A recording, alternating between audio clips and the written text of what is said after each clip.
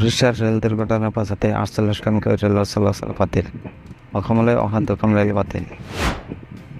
বালাসোৰত শুক্ৰবাৰে সংঘটিত হোৱা ভয়াবহ ভয়ংকৰ ৰেল দুৰ্ঘটনাৰ পাছতে বাতিল কৰা হৈছে 48খনকৈ ৰেলৰ চলাচল।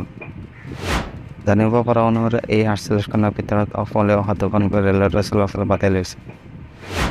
উক্ত ৰেল দুখন হৈছে 2 জুনত যাত্ৰা কৰা 12509 SMVT Bengaluru Guwahati superfast express. আজি ৰাতিপুৱা 12551 SMVV Bengaluru Kamakhya AC superfast express. 39খনকৈ ৰেলৰ যাত্ৰাপথ বৰ্তমান সলনি কৰি দিয়া হৈছে। যাত্ৰাপথ সলনি কৰাৰ ভিতৰত অসমলৈ অহা ৰেলৰ সংখ্যা 3খন। ৰেলগাড়ীখন হৈছে 1 জুনত যাত্ৰা কৰা 12509 SMVT Bengaluru Guwahati superfast express.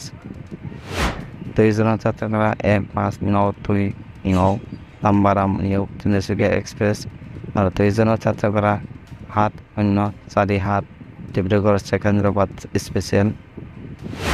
বৰ্তমানে যিহেতু দুৰ্ঘটনাগ্ৰস্ত ৰেল কৰমণ্ডল এক্সপ্ৰেছৰ পৰা আবদ্ধ যাত্ৰী উদ্ধাৰ অভিযান চলি আছে, সেইবাবে উত্তৰৰ পিছত ট্ৰেকৰ মেৰামতিৰ কাম আৰম্ভ হ'ব ৰেল বিভাগ। উৰিষ্যাৰ বালাসোৰ জিলাত সংঘটিত এই ৰেলৰ দুৰ্ঘটনাত মৃত্যু হোৱা লোকৰ সংখ্যা 288 জনলৈ বৃদ্ধি পাইছে।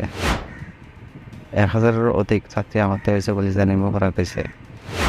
উক্ত দুৰ্ঘটনাটোৰ পিছতে প্ৰধানমন্ত্ৰী নৰেন্দ্ৰ মোদী, ৰাষ্ট্ৰপতি দ্ৰৌপদী মুৰ্মু, গৃহমন্ত্ৰী অমিত শ্বাহ, ৰাজ্যখনৰ মুখ্যমন্ত্ৰী নবীন পাটনায়কৰ লগতে তেওঁলোকৰ বিভিন্ন লোকে এতিয়া শোক প্ৰকাশ কৰিছে।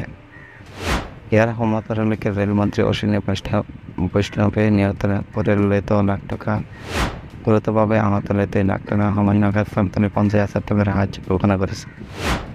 নিশাৰ ভিতৰতে বালাসোৰ হাস্পতালত 6 ইউনিটে সংগ্ৰহ। ৰেল দুৰ্ঘটনাৰ পাছতে মানৱতাৰ উৎকৃষ্ট নিদৰ্শন দাঙি ধৰিছে উৰিষ্যাবাসীয়ে। গোটেই নিশাৰ ঘটনাৰ বাবে হাস্পতালত শাৰী পাতিলে লোকে। নিশাৰ ভিতৰত বালাসোৰ আৰু ভদ্ৰক হাস্পতালত 500 ইউনিট সংগ্ৰহত আহতসকলৰ চিকিৎসাত সহায়ৰ বাবে এই পদক্ষেপ। বালাসোৰৰ দুৰ্ঘটনাৰ পাছত সমগ্ৰ উৰিষ্যাতে শোকাকুল পৰিৱেশ বিৰাজ কৰিছে। প্ৰশাসনে উদ্ধাৰ আৰু সাহায্য অভিযান অব্যাহত ৰাখিছে। ইয়াৰ মাজতে দুৰ্ঘটনাত প্ৰতিটো লোকসকলক সহায়ৰ বাবে আগবাঢ়ি আহিছে বিভিন্ন জাতি।